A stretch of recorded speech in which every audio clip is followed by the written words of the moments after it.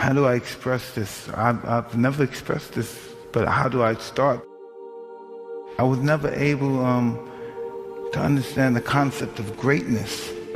As time went on and I've gotten older and I've met many journeys on people that I met on my journey and people who I read about on my journey. I read that greatness in itself doesn't come with goodness. The two don't coexist with one another. I spent all my life trying to become great because I had such a low self-esteem. And I realized late in life, well, I'll say I'm 47, but late in my life, that all great men are not good men. And then so I tried to embark on a whole different career and try to become good. But what's the concept of good? Being a floor mat, I never understood the concept of good. And the concept of good is pretty much then, I must be a politician, because politicians are always striking for goodness and always trying to win votes from people. And only reason that we win votes because they believe that we're good. So how do we live in those two dimensions at once? You want that greatness for self-gratification, but you want goodness from a human perspective. And I really have no idea, no clue how do I juggle both of them and be in harmony. And then in all actuality, they don't exist. You have to pick a side. Keep the head down when you come up with the H. Keep your head down. Yeah, I mean, it's not coming up, but starting to come up. To make it perfect. It's good, but it's not perfect. I respect a person who's willing to die for what he truly wants. Even if it's love, even if it's a woman, whatever it is that he truly believes in, and that he believes that it transcends him to that level to demand for love, for instance. I look at love as a command to just rise to your greatest potential, and that's how people should feel. Their objective should be to rise to their best potential in life. If it's to lose 30 pounds, if it's to pass a test, it should be to win a fight. To be admired by people all over the world. It should allow you to rise to your greatest potential, that you look at yourself in the most grandest fashion.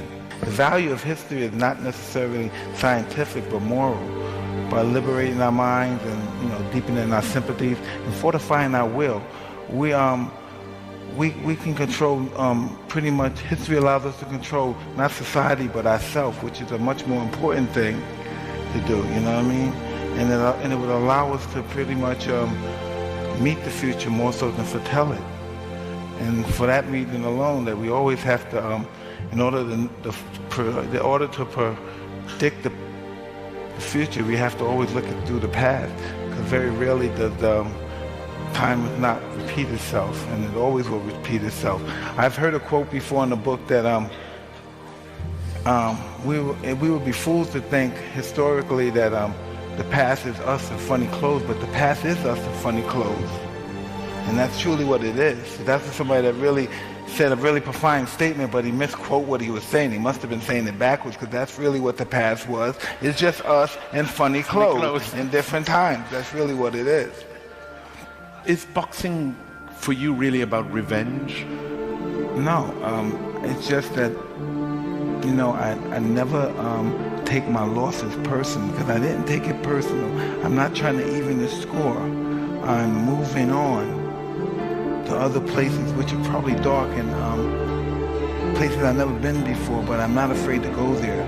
I'm not afraid to lose in life. I'm not afraid to do anything. I won't do anything. Matter of fact, I won't do anything. Matter of fact, like my show, there's nothing I would do unless I have a possibility of being humiliated. If I can't be humiliated, if I fail, I don't want to do it. Because only by doing that, I would rise to my highest potential. Because when I succeed, I truly succeed. I'm a fucking student of war. I know all the warriors from Charlemagne, Achilles, the #1 warrior of all warriors. From then Alexander, Napoleon, I know them all. I read them all, I studied them all.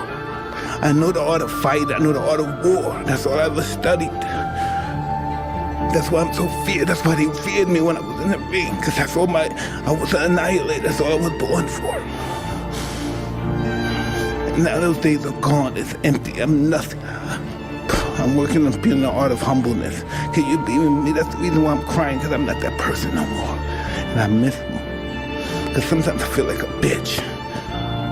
Because I don't want that person to come out, because if he comes out, hell is coming with him.